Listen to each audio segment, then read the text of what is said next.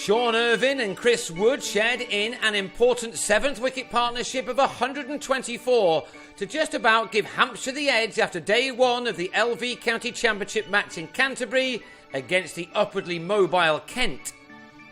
Jimmy Adams won the toss and decided to bat first in a crucial contest which may have a major impact on which side is promoted up to the First Division in a month's time.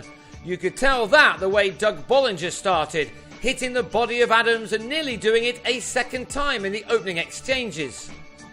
Kent came into this match on the back of 3 successive wins, form they've since carried into the 50-over format, while Hampshire have been slipping in the other direction.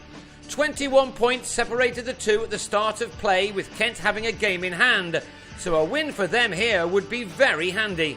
However, their attack had nothing to celebrate here for the first 21 overs, as Adams and Michael Carberry, who started by taking just 19 runs off the opening 15 overs, thanks to some outstanding bowling, then opened up with 7 fours coming in the space of 11 deliveries off Darren Stevens and Callum Haggett.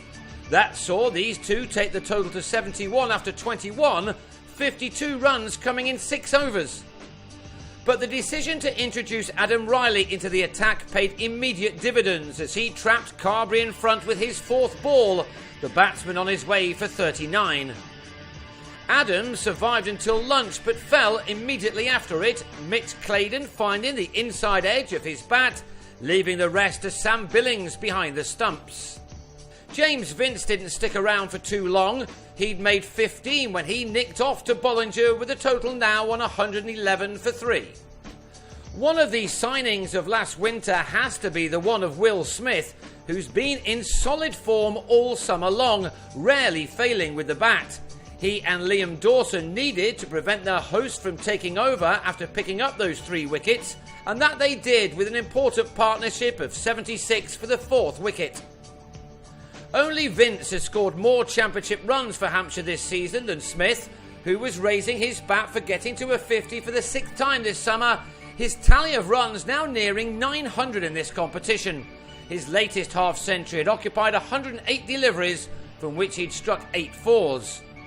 Alas for him, he couldn't go on for much longer, and on 56 he was LBW to Riley with a total on 187 for 4. 4 balls later, and Dawson was also on his way for 36.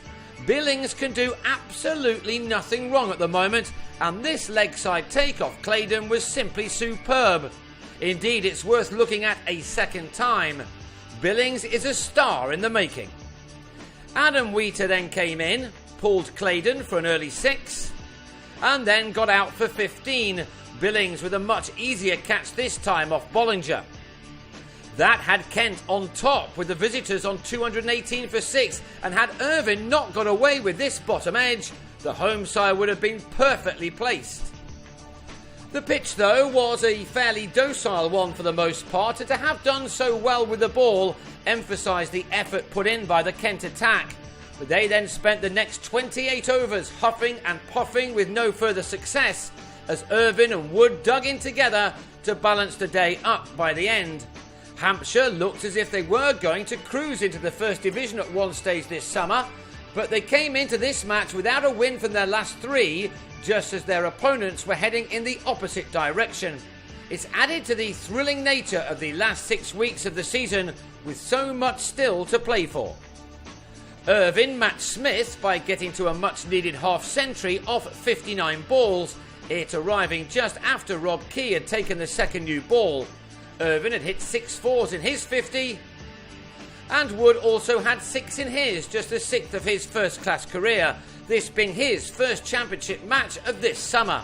He'd faced 74 balls and was perhaps sending out a message to his team that he should play a bit more, other than the one-day stuff he appears to specialise in. The hard new ball certainly made a difference, especially when Bollinger was storming in. He knocked Wood to the floor before the batsman fell at the end of the day for 61 to the gentler pace of Stevens, who found the edge with Ben Harmison doing the rest at slip after a juggle.